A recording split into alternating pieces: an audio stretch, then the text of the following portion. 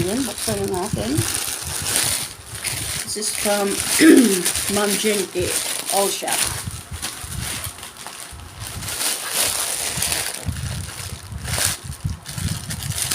Welcome to our vlog!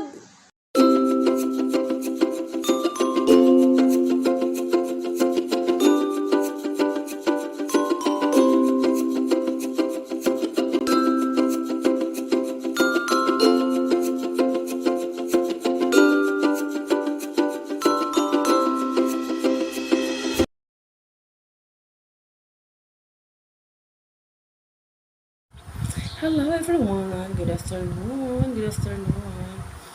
Ay, meron pa tayong ligo. Oh. Wala pang bihis. Anyway, mag-unbox tayo dito sa parcel na receipt sa Flash. Sa likod ko yung guys, yung tinupi kong damit. Dami kong nilabahan kahapon. Yung tinupi ko na kasi pangit yung ayoko yung marami ko nakasampay doon sa labas. Kahit tuyo na, hindi kasi titira, titira yung mga lamok. Kaya yun, tinupi ko na. So, today's video is, bahay lang tayo. Mag-unbox tayo. Speaking of delivery guys, may nangyari dito sa amin kahapon. I don't know kung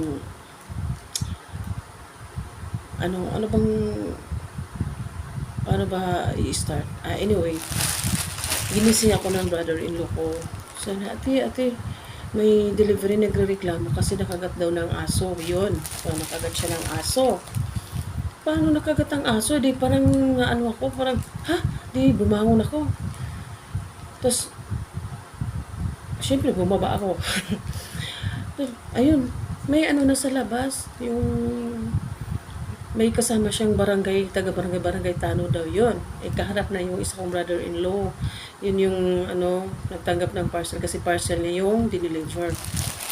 Tapos, to make the story short, nagreklamo ko daw yung delivery, yung rider, kasi kinagat daw siya. Sabi ko, paano ka nakagat? Yung aso na sa loob. Tapos yung gate, mahaba. Hindi naman makalusot yung ulo ng aso. Unless kung pinasok mo yung kamay mo dito sa loob ng gate. Ayun talaga. Ito kasing dog namin na maliit guys, si Tommy. Pag may tao dyan sa labas, lalo pag delivery, feeling niya na sa gate, dito sa bahay, tumatalon-talon siya. Yung habang nagtalon niya, kala mo kung bola kung magano. Yun yung niya. Tapos itutukod din yung kamay na dun sa sa gate. Tapos, posible naman nakagat siya. I would say. Tapos, o baka nakalmot. Ayun. Tinanong namin siya, bakit nangyari yun? Kasi sa tagal-tagal nang may nag-deliver dito sa bahay, wala namang case na gano'n na nangyari na kinagat ang aso. Alam naman, at saka, paparating ka pa lang, papunta ka pa lang ng bahay, itong mga aso na to, ang iingay. So, syempre, ikaw na tao, kung nakarinig ka ng aso, hindi ka lalapit ka agad sa gate, di ba? Syempre, mga tao po, delivery po, ganyan, hanggang lalabas yung may-ari ng bahay, saka na lapit yung siya. Kung bakit kuya, ba't ka umawak ng gate? Sabi ko, alam mo naman may aso. Nakita mo yung patalon, saka binidyo niya si Tami na tumatalon-talon daw. Sabi niya, ma'am, kasi first time kong nag-deliver dito sa kung first time mo, kasi tugo daw siya. First time na nag-deliver, ba't ka lumapit ng gate? Alam mo may aso. Ito, sabi nakakit pa siya dito, ganyan. Siyempre, kami naman, hindi naman may pagdududa tayo, di ba? Kasi tao lang naman tayo. Gusto niya magpa-inject. Well, okay guys, walang problema sa inject. Anuhin namin yun. Pero tinanong namin, bakit ka lumapit sa gate? Sabi niya, magdo-doorbell daw siya, tapos na-outbalance siya. Ang layo naman ang doorbell. Siguro do-doorbell siya. Or, na-outbalance. Kung na-outbalance siya, bakit doon banda? Ewan ko ano nangyari. Siya lang nakakaalam. Kasi wala namang CCTV. Tapos, ang nangyari, so, para wala nang gulo, sumama na yung brother-in-law ko. Yung dalawang brother-in-law, sinamahan siya kasi nga magpa-check daw siya sa sa center. Sabi ng tanod, doon na lang daw sa may Plaridel Health Center kasi may libre daw doon. Sabi ko, ay nako, ganito talaga pag may aso. Ayan, sumama na yung brother. Kasi sa amin lang guys, may negligence din siya kasi bakit siya kung pumunta sa gate, tumawag sa gate, alam niya may aso, yun ang tanong namin. Kahit sino naman, di ba? Hindi ka naman nalak basta-basta ng bahay kung may aso. nag-iingay. Ito pang mga aso namin, nangiingay pag may tao sa labas. Ayun, pumunta na sila sa, wala, out of stock. So, sinabihan na pumunta na ng ONI Hospital. Hospital ng Imos at yung dyan sa semi-private. Pumunta sila doon.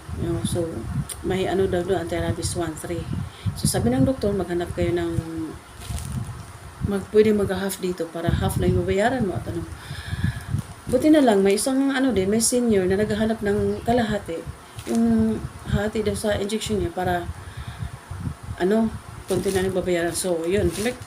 Ang nangyari, naghati na. Yun, tapos na. Sabi nung pagkatapos, after that, sabi ng brother-in-law ko, Kuya, ikaw nang inano na namin yung first dose. Tapos, pwede ikaw na lang yung sa sa susunod na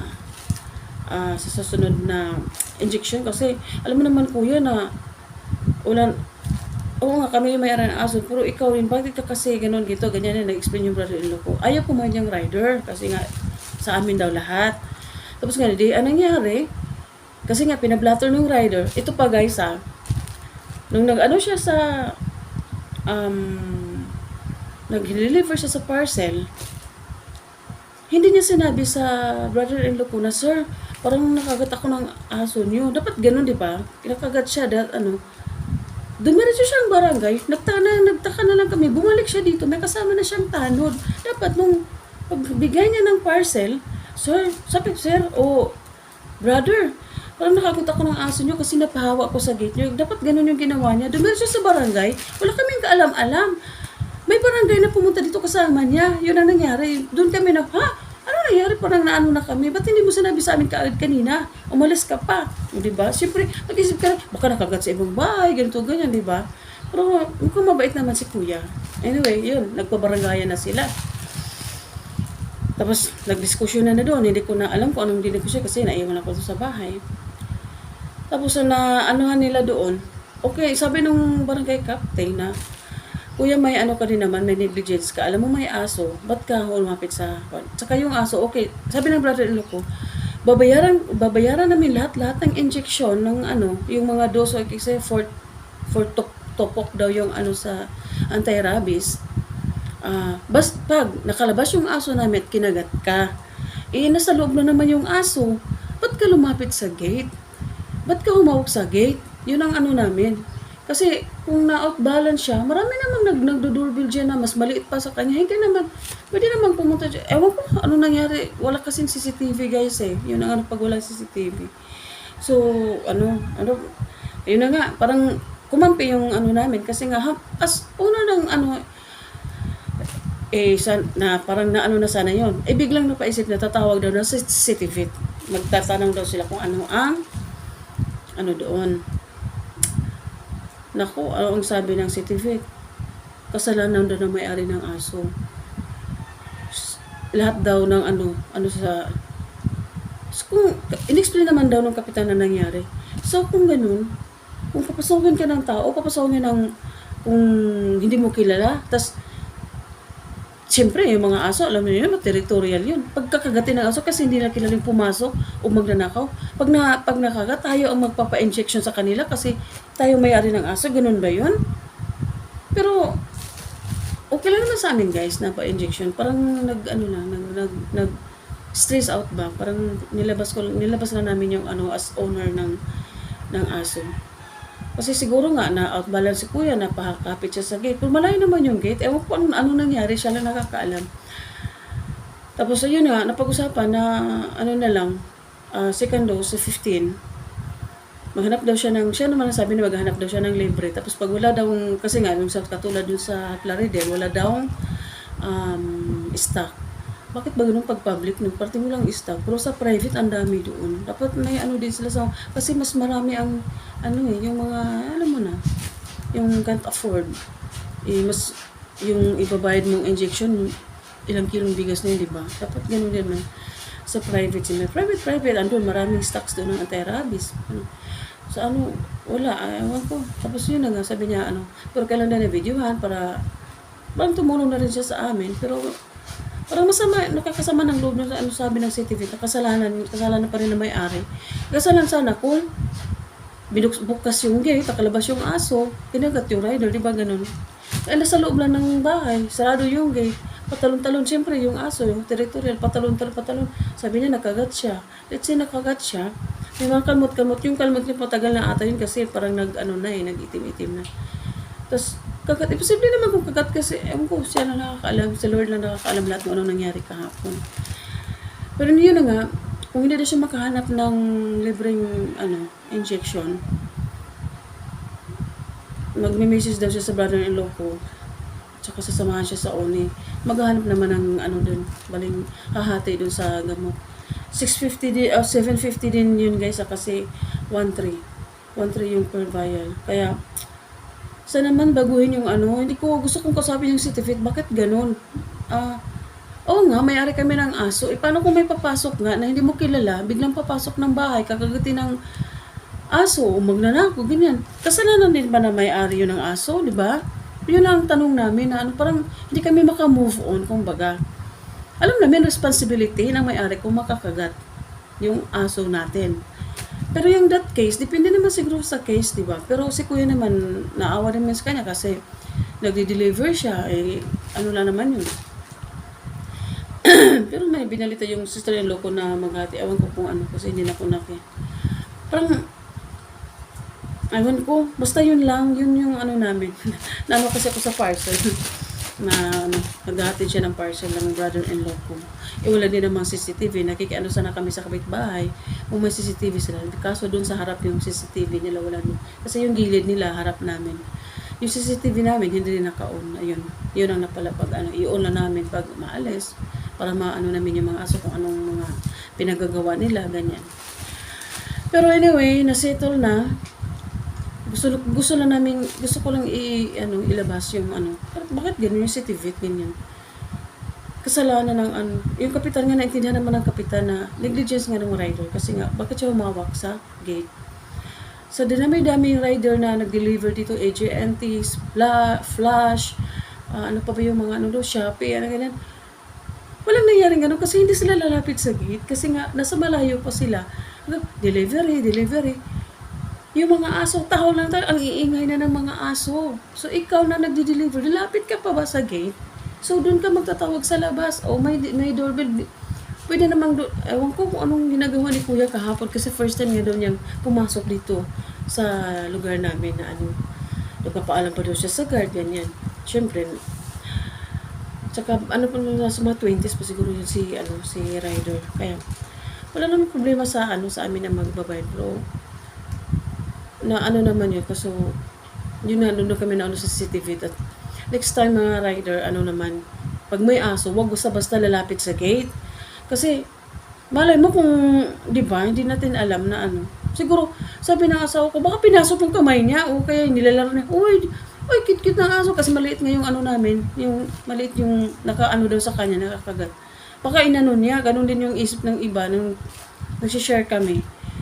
Akala niya mabait yung aso. At well, hindi naman nangangagat to. Parang lang siya, parang sabi nung friend namin na yung that style daw is parang greetings na parang tuwang-tuwa siya pero akala mo galit yung ganun. Kasi yung gumaganon yung buntot Pero tapos na guys, tapos na. Nasettle na.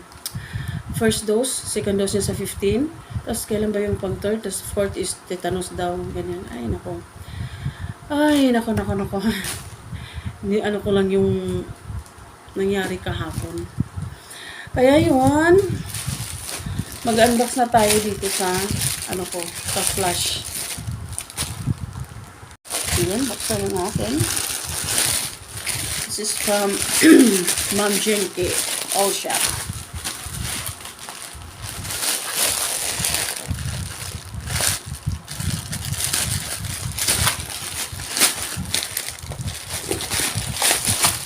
Sorry guys, mga ang gaganda ng okay bags ni Ma'am Chinky. Kung gusto niyo sa kanya, sa live selling niya, yung magaganda yung bags niya guys. Okay siya, pero ang gaganda. Ang daming branded at saka ang gaganda talaga. Doon ako kumukuha ng bags sa kanya. Dati, doon ako magkukumahog sa mga sa SM. Nung na-try ko itong mga okay bags niya guys. Ang gaganda, ang titibay pa. Diba? So, Marami kasi ako nakuha sa kanya guys. Kadalasan black. So, nagustuhan ko itong brown. Yung iba naman, pinadala ko sa amin naman sa mama ko. Wow. Ay! Ano yun? Hindi ba guys? Tingnan mo.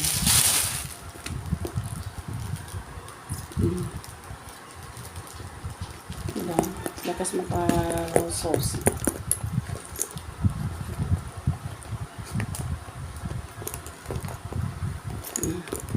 Take a look.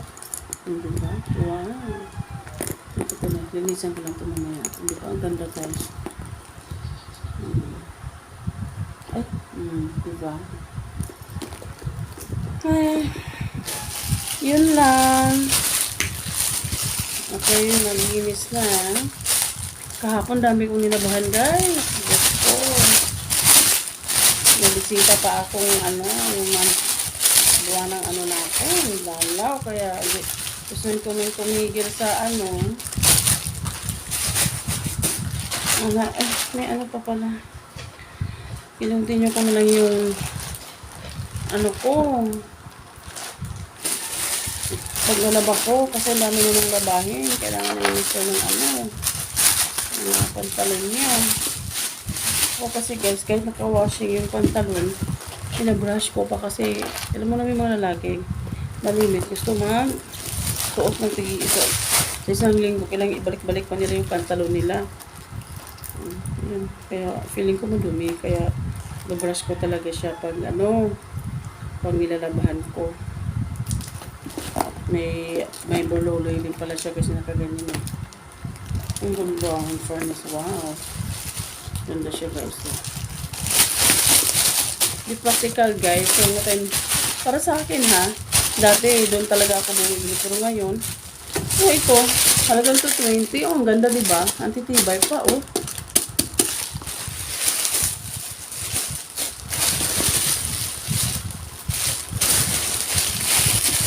Ayan. Thank you, Ma'am Jess. Ayun kita nyo yung 220 dyan. Okay lang sa kalam.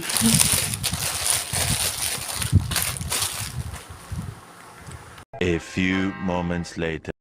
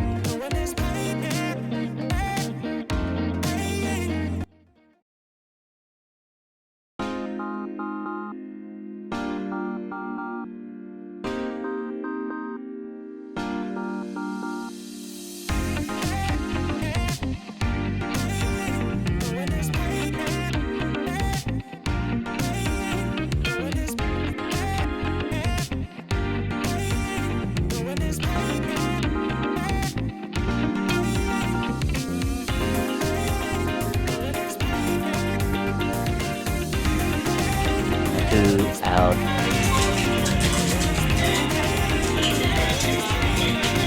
Saan tutuloy?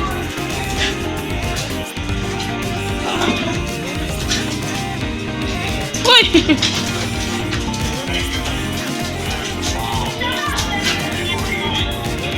Oh, mabunggo mo. Galit si Jaja.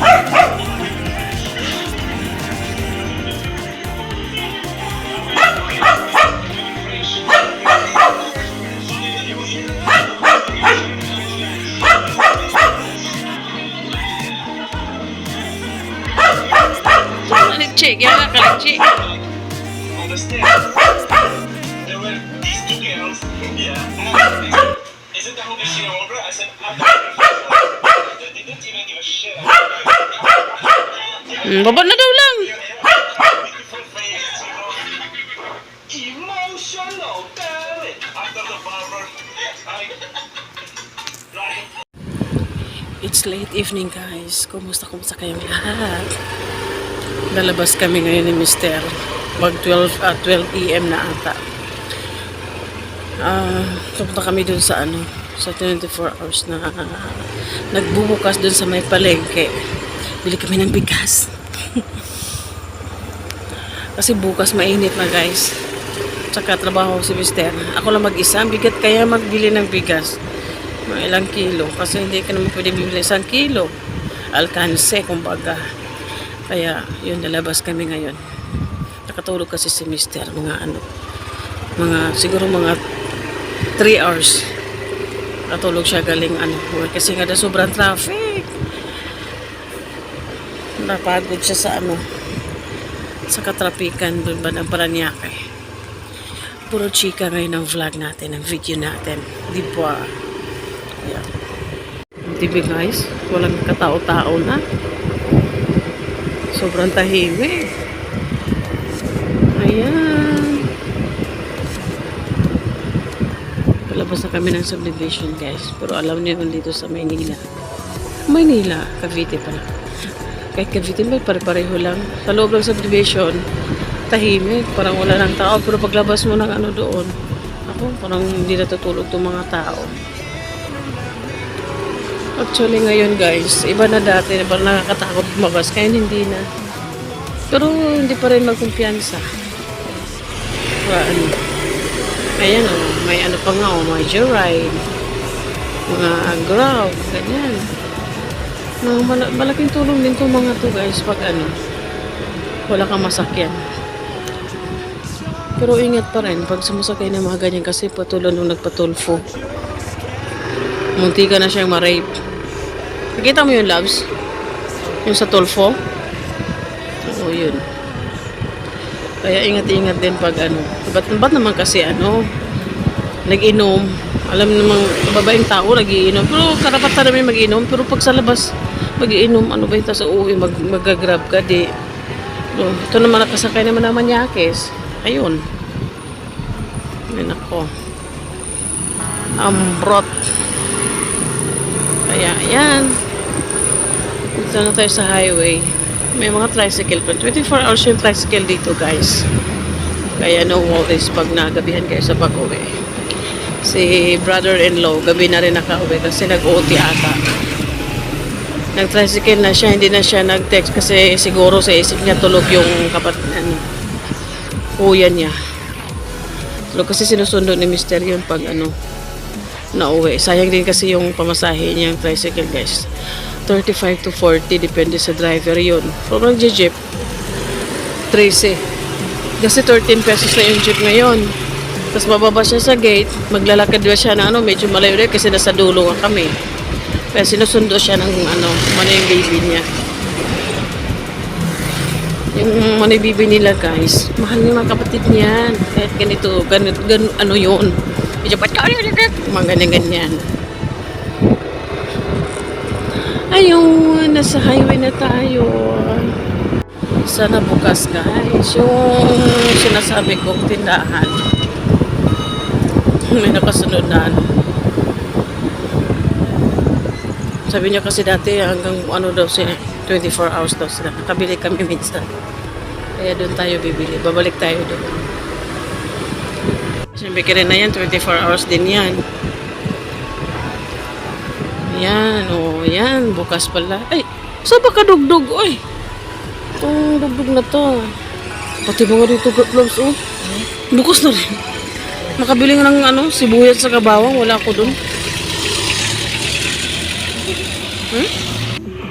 Maway na talaga si Habi na guys. Nagulat kami. Hindi akala namin yung palaka. Kawawa naman kami sa kasaan. Alam mo ba guys, pag nagbibiyahe kami, nakita siyang may nasaksa na pusa, ganun. Awang-awa siya guys. Pati naman ako na-out. Pero siya talaga affected.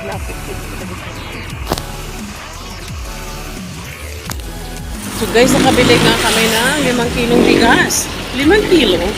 Saka may bukas na rin mga gulayan. So bumili na rin ako ng kamatis, sibuyas, saka bawang. Kasi nga, magluluto sana ako kanina ng ampalaya. Walang panakot kumbaga. Kahit man ang bawang, wala na ubusan ako. Hindi ko na luto. Minisis ko lang si Mr. na magbili na lang ng ulam pang dinner. Kaya bukas, lutuin ko yung ampalaya doon sa bahay kasi may na ako. So,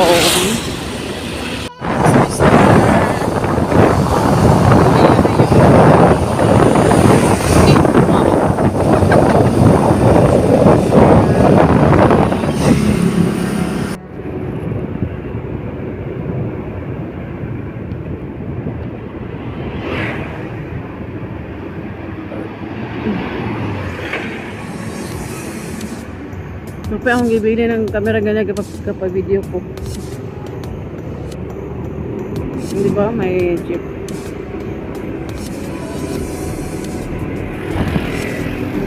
The sky so dark.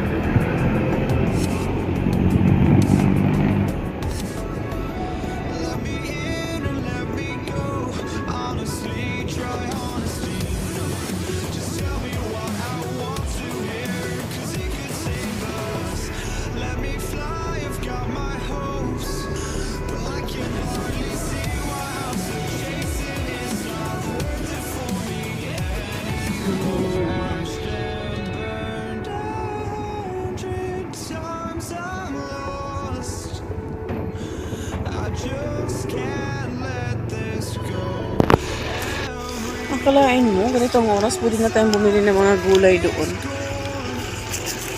Bagong dating pa, fresh pa. Yung mga, siguro bagong dating yung galing Tagaytay, Silang. Kaya, nakapag na doon, kaka-deliver lang siguro. Yung titinda rin ng bigasan doon. Nakamaupo.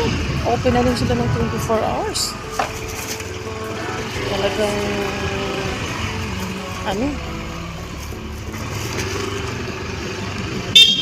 kanya-kanya ng so alam nila may dadaan talaga dun, maghahanap katulad sa amin abutan pa lang din na kasi kanina tinanggap lumabas kami ng hapon, so ngayon may lumabas, so diba hindi mainit, hindi ka mapilitan lumabas na sobrang init.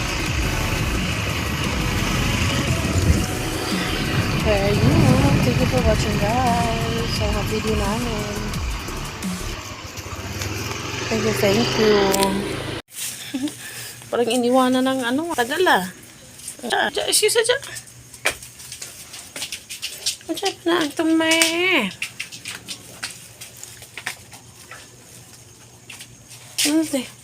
ito yung ating namin akala mo iniwan na 1 taon makareact na hindi na umabot ng 1 oras. Bakit siyang maiwan?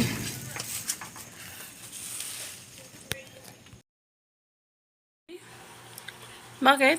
Yee! Ano siya man? Dito na kami sa bahay guys. Rating din. It's 12:30 a.m. Parang 12:30.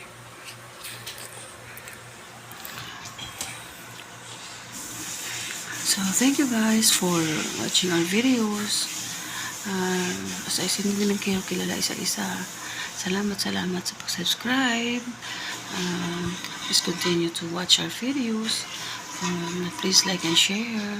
And comment na din para maano yung saka click the notification bell para updated kayo sa mga videos namin. Ayun, antok na ako kasi itong iBag. Malaki na yung iBag natin. Kaya it's time to sleep. Good night, everyone. Kain tayo na guys. Spanish bread.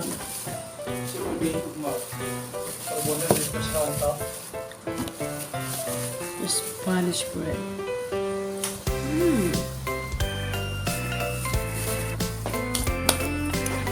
Manihingi guys. Manihingi.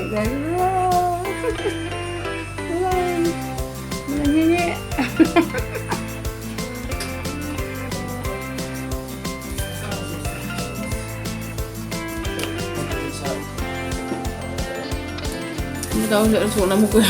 May na susi.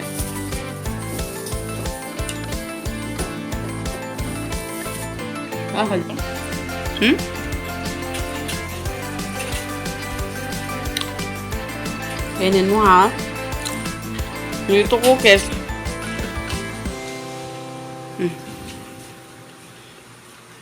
Kain pala siya ng Spanish bread.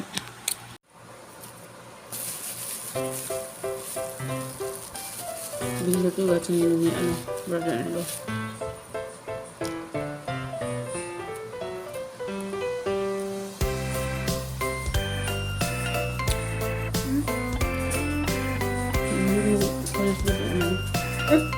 Bisa ate. Ate cak-cak. Makarinig ata. Nih. Ayunin niyo ha. Kayo masalaki ng cookies akong gikaon.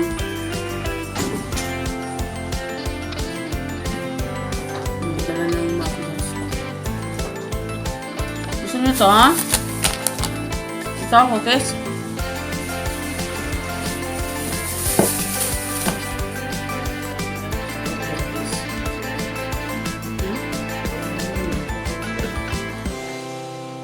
Little boy guys. Mahilig siya dito sa cookies. Diba? Ikaw Tito Ben, gusto mo ng cookies? Ja! Tara! Ba! Ah!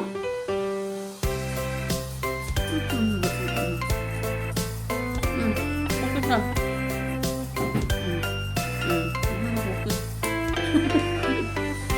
Ang Spanish bread, gusto niya cookies. Good afternoon. May hapon na itong tanong.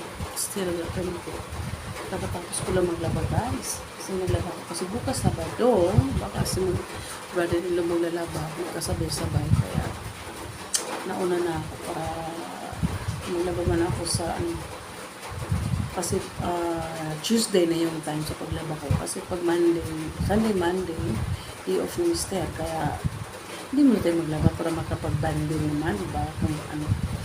Kaya bukas, Sabado, yung trabaho ng brother-in-law ko. Baka maglaba sila, ganyan. Pwede makasabi-sabi. Kaya naglaban na ako today. Tsaka may ako ng konti na lang. Hindi ko naman nilaba lahat kasi sobrang sakit ng likod ko. Basta nakuna lang yung labahin. Ayos na yun. Anyway, mag-unbox tayo sa dumating na parcel ko. Sa likod ko dumating. Actually, dalawa yung dumating sa akin kay Mr.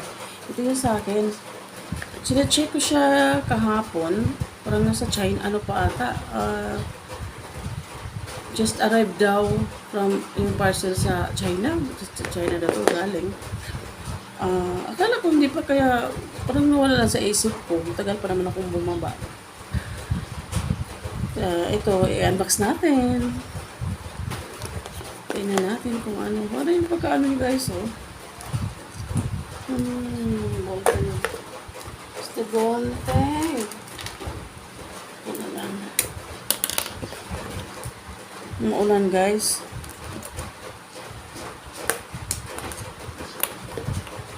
Ay. Ayan.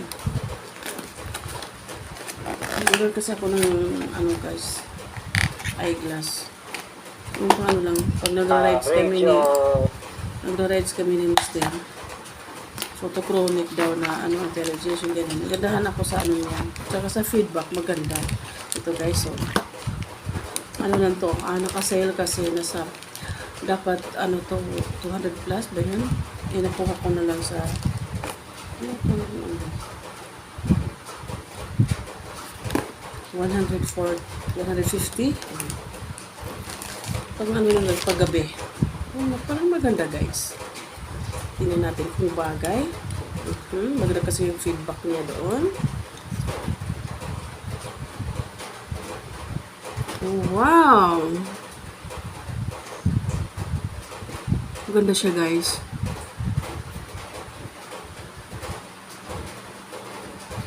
Parang may grade.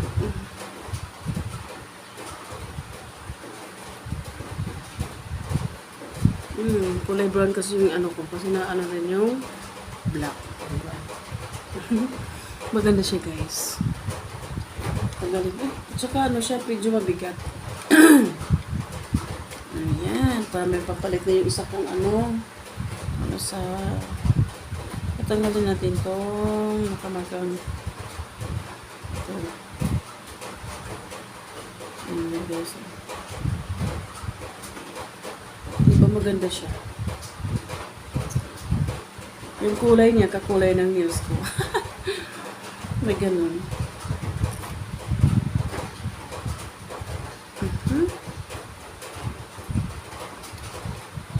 Ay!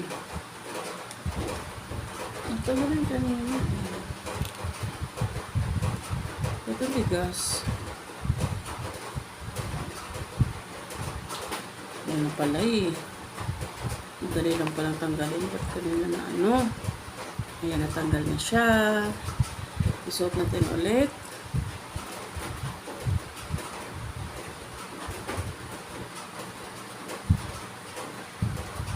Wow, maganda siya guys. Diba? Pang ano sa mo to? Paggabi.